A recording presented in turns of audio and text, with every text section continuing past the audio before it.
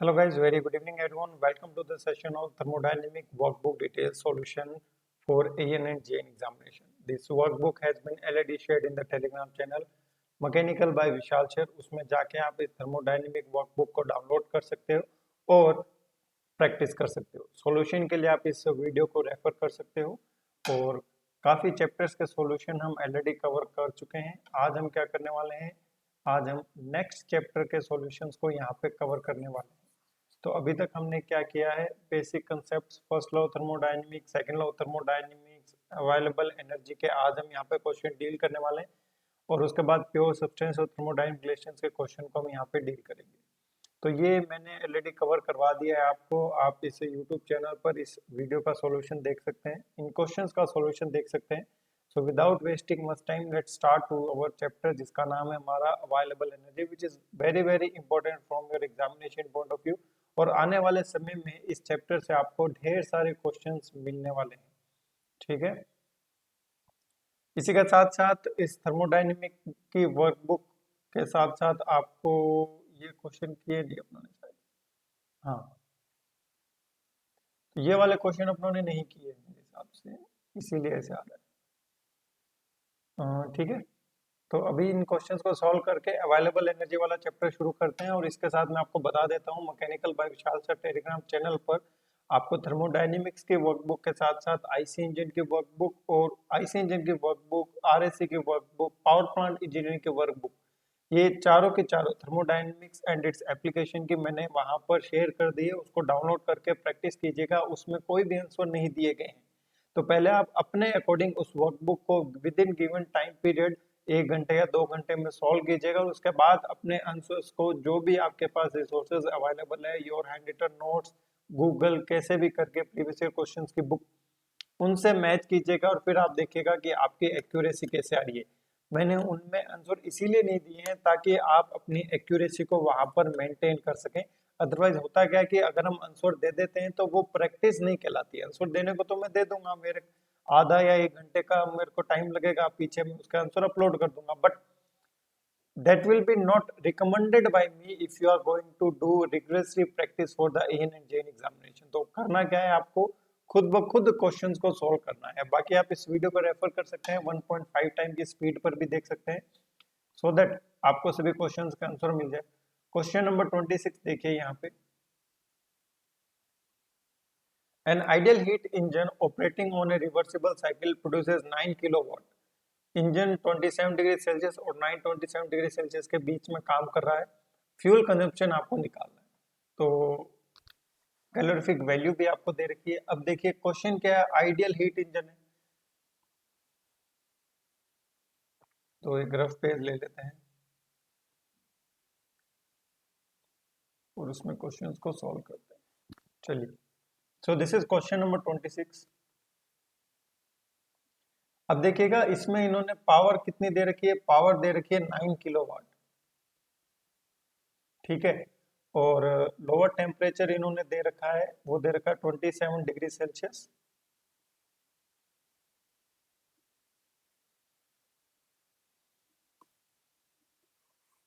तो ये तो सीधा ही कर देता हूँ, है ना. लोअर टेम्परेचर इन्होंने दे रखा है 27 डिग्री सेल्सियस, तो इसको अगर आप केल्विन में बदलेंगे तो it will be 300 kelvin. Higher temperature आपको दे रखा है 927 डिग्री सेल्सियस,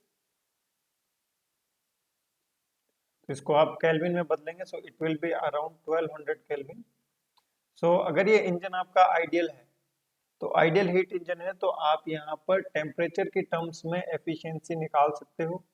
आइडियल मतलब reversible, and it will be equal to 1 minus में TL डिवाइड बाई TH. ठीक है, टेम्परेचर डिफरेंस कितना हो जाएगा 900 केल्विन, हायर टेम्परेचर कितना हो जाएगा 1200 kelvin. So it will be efficiency, this is the efficiency 3/4, 75% आ जाएगा. अब ये कह रहा है कि फ्यूल की कैलोरीफिक वैल्यू गिवन है, you have to calculate the mass flow rate of fuel in R, in terms of R. तो देखिएगा एफिशिएंसी को क्या लिख सकता हूँ मैं, एफिशिएंसी को लिख सकता हूँ power output divide by energy input. तो आउटपुट पावर आपको कितना मिल रहा है, आउटपुट ये प्रोड्यूस कर रहा है 9 kilowatt, divide by mass flow rate of fuel into calorific value. ध्यान रखिएगा मास flow rate of fuel should be in KG per second and calorific value of the fuel should be in kilojoule per kg in order to get the unit in kilojoule per second, that is kilowatt। तो units का ध्यान रखिएगा। Efficiency आपको दे रखी है 3/4, तो ये वैसे काट दो यहाँ से, है ना 3, और ये कितना हो जाएगा, ये हो जाएगा 12। तो mass flow rate of fuel into calorific value is equal to 12। So what is mass flow rate of fuel? Mass flow rate of fuel is 12 divided by calorific value. So 12 divided by calorific value is 40,000। ये mass flow rate है KG per second में, you have to calculate in KG per hour. तो 12 divide by 40,000, एक second का इतना KG है, तो एक घंटे में कितने सेकंड होते हैं 3600, तो इसको 3600 से मल्टीप्लाई कर दो, it will B KG per hour. तो मैं हाइड हो जाता हूँ, तो 1 2 1 2, और कुछ बाकी रह रहा है क्या?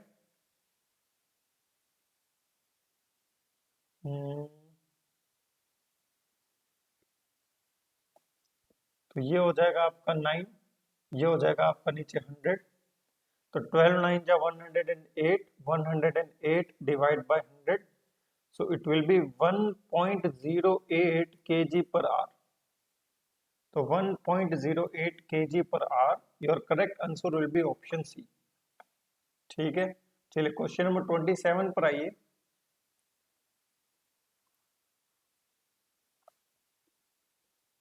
क्वेश्चन नंबर 27 क्या कह रहा है? Reversible heat engine rejects 80% of the heat supplied during a cycle operation if the engine is reverse operated as refrigerator, what would be its COP. पहले तो सिंपल सा इसका इंजन का डायग्राम बना लो, रिवर्स बाद में कर लेंगे। देख लीजिए, अगर ये 100 हीट को एब्जॉर्ब कर रहा है, उसका 80% रिजेक्ट कर देता है, तो उसका 80% रिजेक्ट कर देता है और उसका 20% वर्क में कन्वर्ट कर देता है। अब इसको रिवर्स कर दो, रिवर्स कर दो, सब चीज रिवर्स कर दो। 20 एब्जॉर्ब करेगा, 80 वर्क इनपुट लेगा और 100 सप्लाई कर देगा। अभी इसको यूज कैसे कर रहे हैं? As a refrigerator. तो अगर हम उसको एज ए रेफ्रिजरेटर यूज करेंगे तो उसका सीओपी क्या होगा? डिजायर्ड इफेक्ट कितना है आपका? डिजायर्ड इफेक्ट है,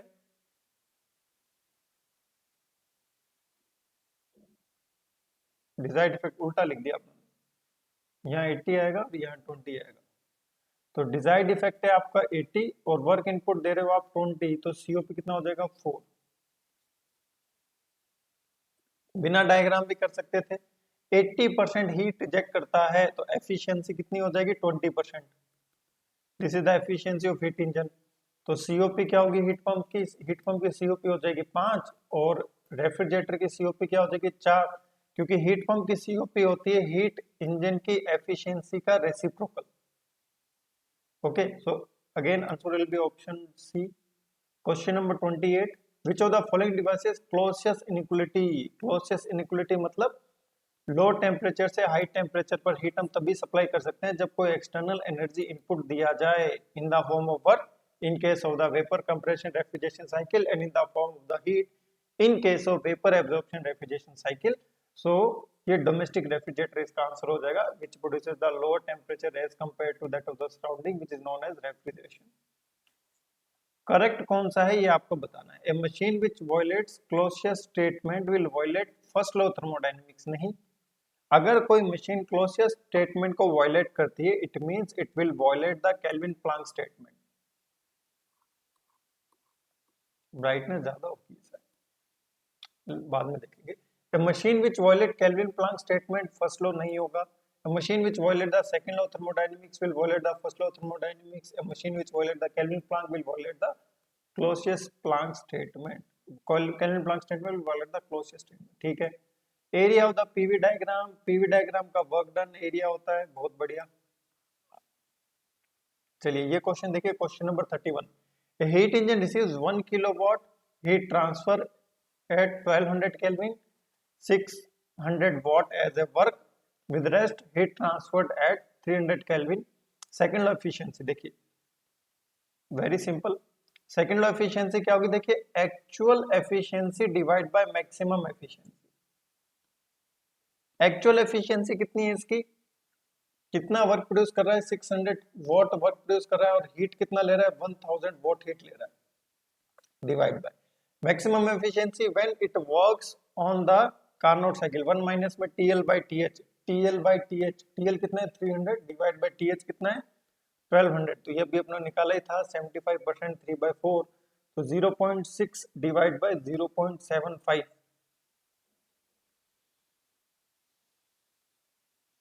तो कैसे लिख सकते हैं 6 डिवाइड बाय 60 डिवाइड बाय 75, कैसे लिखे इसको 150 और इंटू 150 इंटू 4 60, ये 80% हो जाएगा, है ना। तो option C will be the right answer. CFP of Carnot refrigerator 6 है, ठीक है। तो देखो ये क्या होता है, TL divide by TH minus में टीएल। अब इसको सॉल्व करने का एक शॉर्ट ट्रिक है, क्या शॉर्ट ट्रिक है, देखो इसको लिख दो 6/1, तो टीएल की वैल्यू क्या हो जाएगी 6, टीएल की वैल्यू हो जाएगी 6, टीएल की वैल्यू हो जाएगी 6, टीएच की वैल्यू क्या रखूं कि नीचे 1 आए, टीएच की वैल्यू लिख दो 7, तो ratio of higher temperature to the lower temperature 7/6, option D is the right answer.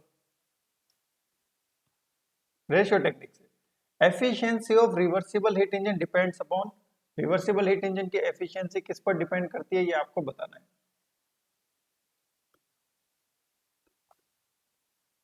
तो ये टेम्परेचर लिमिट्स पर डिपेंड करती है, वर्किंग सब्सटेंस पर डिपेंड नहीं करती, और ये साइकिल पर भी डिपेंड नहीं करती, it depends only on the temperature limits.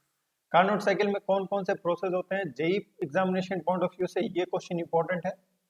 4 process होते हैं, 2 में हीट एडिशन, 2 में आपका हीट रिजेक्शन होता है, including the work input and output, compression and expansion. तो 2 आइसोथर्मल प्रोसेस होते हैं और 2 आपके रिवर्सिबल एडियाबैटिक प्रोसेस होते हैं। तो कांस्टेंट वॉल्यूम नहीं होता, 2 आइसोथर्मल आइसेंट्रोपिक प्रोसेस होते हैं, कांस्टेंट प्रेशर नहीं होता, कांस्टेंट वॉल्यूम नहीं होता, ठीक है। 2 कांस्टेंट वॉल्यूम और 2 आइसेंट्रोपिक प्रोसेस, कांस्टेंट वॉल्यूम वाली साइकिल ऑटो साइकिल होती है ये आपकी, 2 constant process and 2 isentropic cycle ये आपकी जूल साइकिल होती है, एक कांस्टेंट वॉल्यूम, एक कांस्टेंट प्रेशर, 2 आइसेंट्रोपिक ये आपकी डीजल साइकिल होती है, ठीक है। साइकिल्स में क्या क्या प्रोसेस होते हैं थोड़ा ध्यान रखना उसका। Perpetual motion machine of first kind, second kind, third kind. First kind of perpetual motion machine will violate the first law of thermodynamics. Second perpetual motion machine will violate the second law of thermodynamics. तो second law को violate करने वाला PM2 है, तो C हो जाएगा। Heat transfer takes place according to which law of the thermodynamics, very very important from J examination and A examination point of view, ऊपर वाला भी इंपॉर्टेंट ही है। नाउ क्लोजर स्टेटमेंट क्या कहता है, heat will be always flow from the higher temperature to the lower temperature, it will not flow from the lower temperature to the higher temperature until you will give some energy input, external energy input to the system. So ये closest statement है which is the parallel statement of the second law of thermodynamics. Kelvin Planck statement जैसे closest statement heat से deal करता है, you cannot transfer heat from lower temperature to the higher temperature. Similarly जो आपका Kelvin Planck statement है, it deals with the your work output, मतलब you cannot, it is impossible to produce work continuously from a device working in a cycle which interact with only a single thermal reservoir. केवल एक thermal reservoir से heat ले लेके आप उसको completely work में convert नहीं कर सकते हो, you have to reject some amount of heat, आपको दूसरे थर्मल रिजर्वायर से इंटरेक्ट करवाना पड़ेगा, ठीक है। ये होता है आपका kelvin Planck statement. It is the conservation of work नहीं होगा, it is a conversion of work into heat या heat into work, so it is heat into work. Now come to the next. चलिए एक heat engine है, it develops 60 kilowatt, उसकी efficiency 60% है, ठीक है। देखिए work output, heat supply, heat jet, देखिए वर्क आउटपुट है 60%, उसकी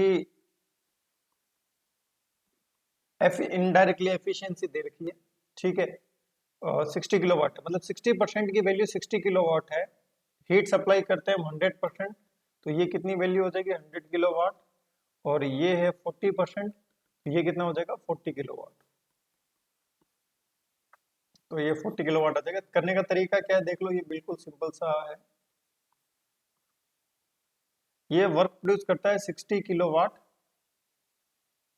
एफिशिएंसी इसकी 60% है। What does it mean?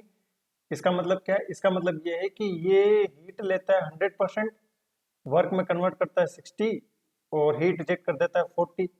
तो 60 किलोवाट 1% की वैल्यू कितनी हो जाएगी 1 किलोवाट। तो 100% की वैल्यू 100 किलोवाट, 40% की वैल्यू 40 किलोवाट। अब जो पूछा जाए वो आंसर चिपका दो।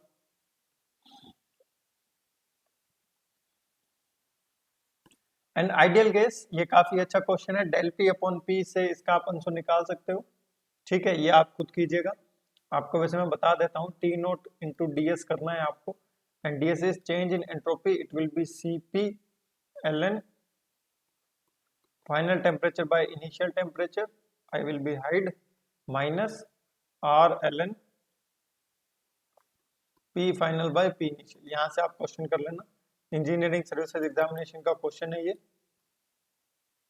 Move to the next question, question number 40। एक हीट इंजन है, 15 किलो जूल हीट ट्रांसफर करता है, थर्मल रिजर्वायर 300 केल्विन पर है, चेंज इन एंट्रोपी। तो भैया ये तो बिल्कुल सिंपल है। एक हीट इंजन है, हीट इंजन ये रहा heat engine, transfer 15 kilo joule, तो ये भैया हीट ट्रांसफर कर रहा है, एब्जॉर्ब नहीं कर रहा। 15 किलो जूल हीट ट्रांसफर कर रहा है, ये किस टेम्परेचर पर है 300 केल्विन टेम्परेचर पर है।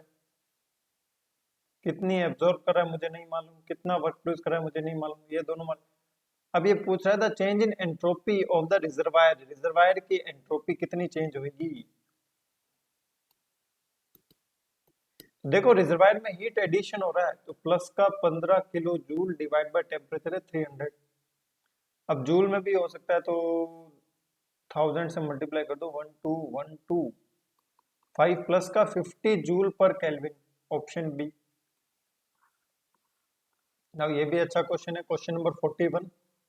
150 kilojoule 527 degree Celsius, sink 127 degree Celsius, ambient temperature 427, loss of available energy during the process. तो भैया इसका फॉर्मूला आपको आना चाहिए, क्यू टी नोट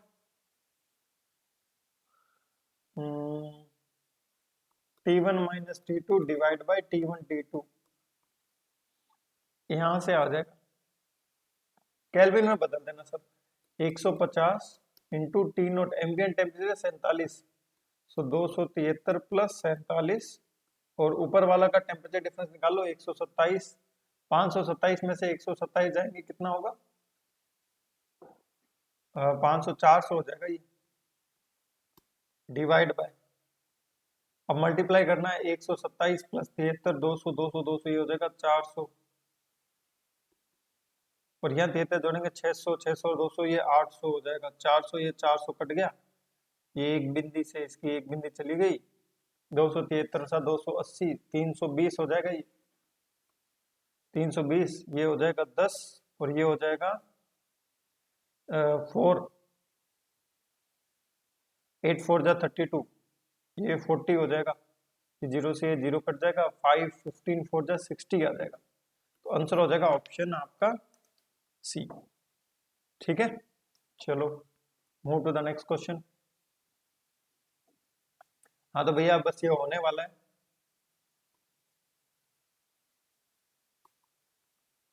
हाँ जी, एंट्रोपी कितना इंक्रीज होगा जब वो सॉलिड मेल्ट हो जाता है लिक्विड में, तो it will be latent heat divide by saturation temperature in kelvin.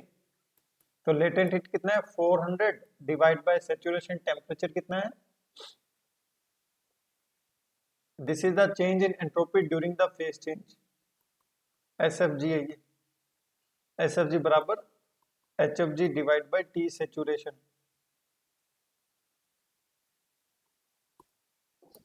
T saturation, ठीक है। हाँ तो केल्विन में बदल दो, ये 300 केल्विन है ना, 300 केल्विन, ये मेगा जूल किलो जूल में आ रहा है भैया, तो ये आ जाएगा kilo joule per kg kelvin. तो 1.33 kilo joule per kg kelvin. TS diagram का area, heat transfer during a reversible process, और एडियाबेटिक प्रोसेस में तो कोई ट्रांसफर होता ही नहीं है। थर्ड लॉ थर्मोडायनेमिक्स, हाँ जी, extension of second first, independent law है भैया ये तो। थर्ड लॉ, सारे लॉ इंडिपेंडेंट है। Main cause of the irreversibility, friction तो होता ही है, फ्री एक्सपेंशन भी होता है, heat transfer due to finite temperature difference, mixing of fluid, ये सभी इरिवर्सिबल प्रोसेस होते हैं। And entropy of the universe will increase during an irreversible process. दुनिया में सभी इरिवर्सिबल प्रोसेस होते हैं। चलिए, तो ये तो हो गया आपका एंट्रोपी वाले क्वेश्चन। ये है अवेलेबल एनर्जी वाले क्वेश्चन। चलो यही निपटा देते हैं इनको, है ना। उसके बाद 2 चैप्टर रहेंगे, नेक्स्ट वीडियो में 2 चैप्टर उठा देंगे। चलिए, neglecting the change in kinetic energy, potential energy for the unit mass availability, non flow process, closed system आ गया ये, non flow process closed system हो गया आपका। हाँ जी, क्लोज सिस्टम का अवेलेबिलिटी फंक्शन क्या होता है देखिएगा, u plus P nought B minus T nought S,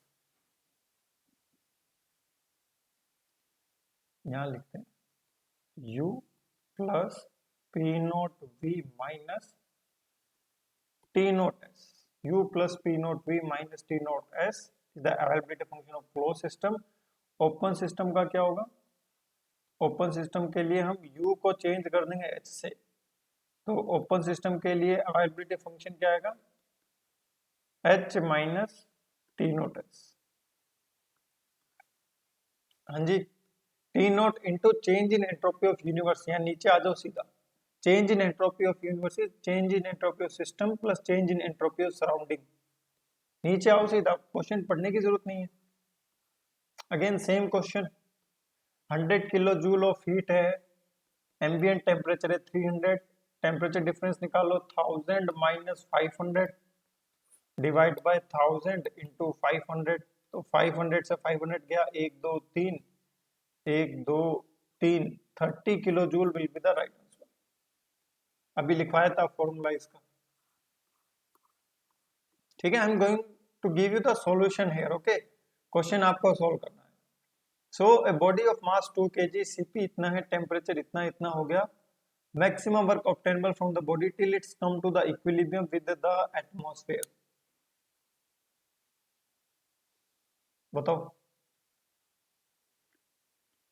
कितना हम मैक्सिमम वर्क इससे ऑब्टेन कर सकते हैं। तो वैसे ही आप एफिशिएंसी वाले फॉर्मूले से भी निकाल सकते हो। मैक्सिमम वर्क हम तब ऑब्टेन करेंगे जब लेकिन यहाँ पे हीट ट्रांसफर नहीं दे रखा, तो वो एंट्रोपी वाला फॉर्मूला ही लगाना पड़ेगा। सीपी इतना है, available 600 kelvin.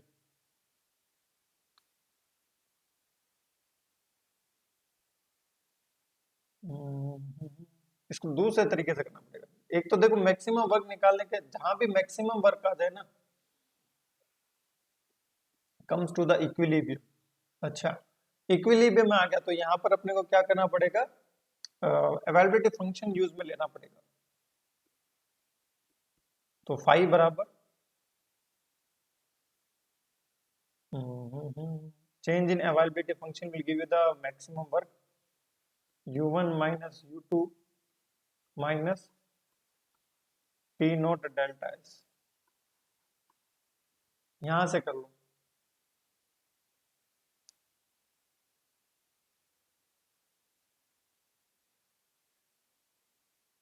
Equilibrium with the atmosphere. और नहीं तो दूसरा तरीका भी है, देखो दूसरे तरीके से भी कर सकते हैं।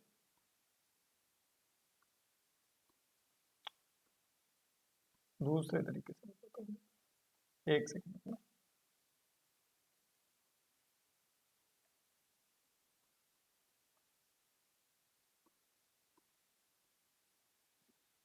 देखो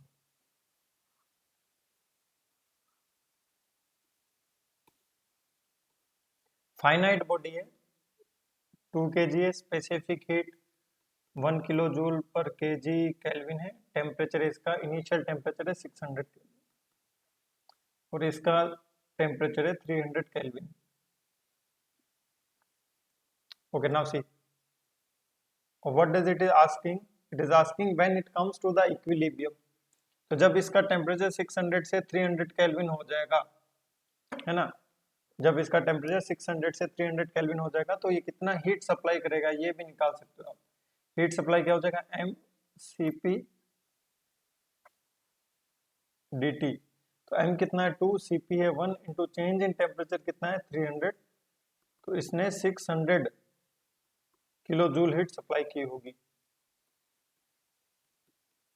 अब 600 की 600 वर्क में कन्वर्ट नहीं हो जाएगी, some amount of heat has to be rejected to the environment, environment को भी रिजेक्ट करनी पड़ेगी।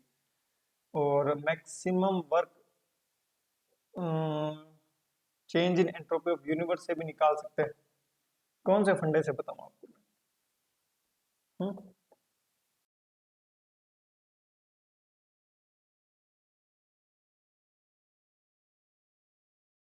देखो एक,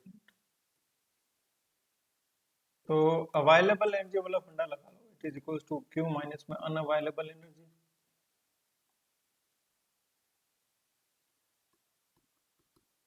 तो इट क्यू क्यू तो आ गया 600 minus unavailable energy, T note into delta S आ जाएगा।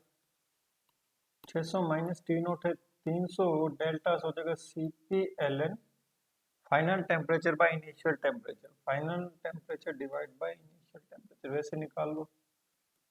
नाउ 600 माइनस 300 सीपी है 1 इंटू एल एन टू है 0.693,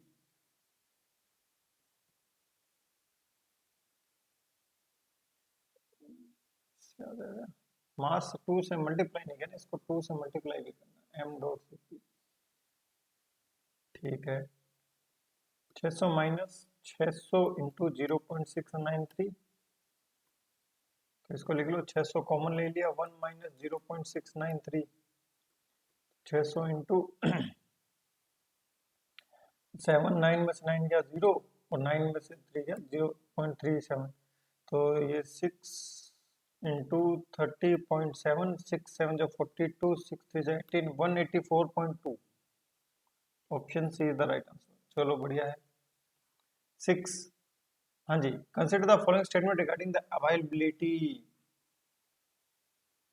मैक्सिमम अवेलेबल एनर्जी। हाँ तो बताओ इसका क्या रहेगा।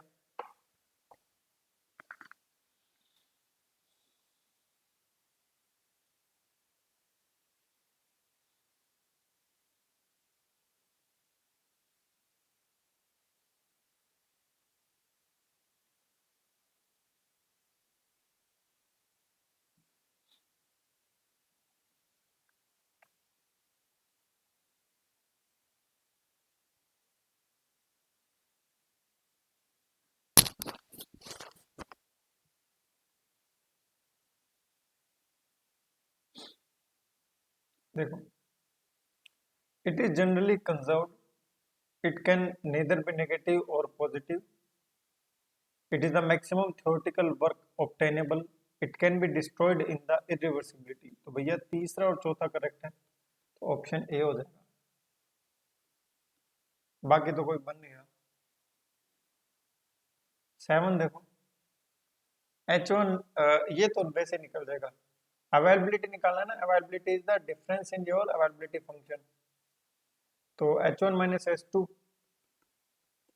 Minus T note S1 minus S2, H1 कितना है 300 माइनस 150 माइनस टी नोट कितना है 300, S1 है 1.25 माइनस 0.8, 300 में से 150 जाएगा, 150 बचेगा माइनस 300 इंटू 1.25, और ये कितना हो जाएगा 0.45 हो जाएगा मेरे हिसाब से, 2 जीरो से ये इसका पॉइंट उठ जाएगा,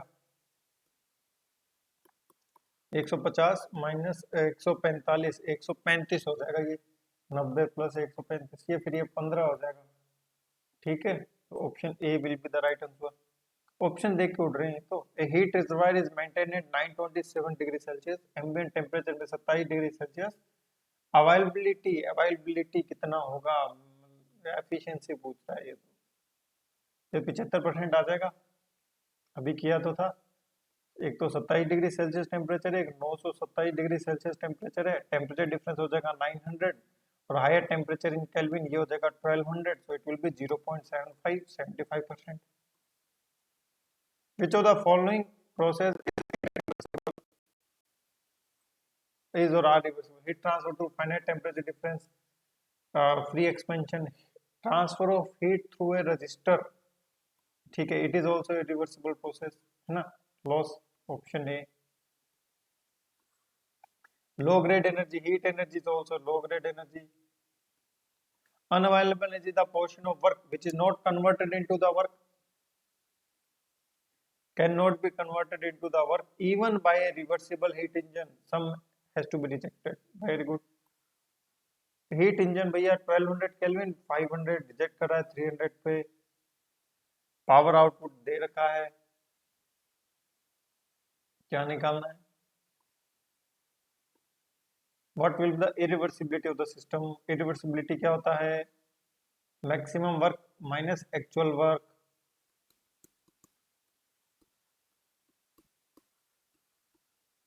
मैक्सिमम वर्क क्या आएगा? जब वो रिवर्सिबली वर्क करेगा तो हीट सप्लाई कितनी हो रही है?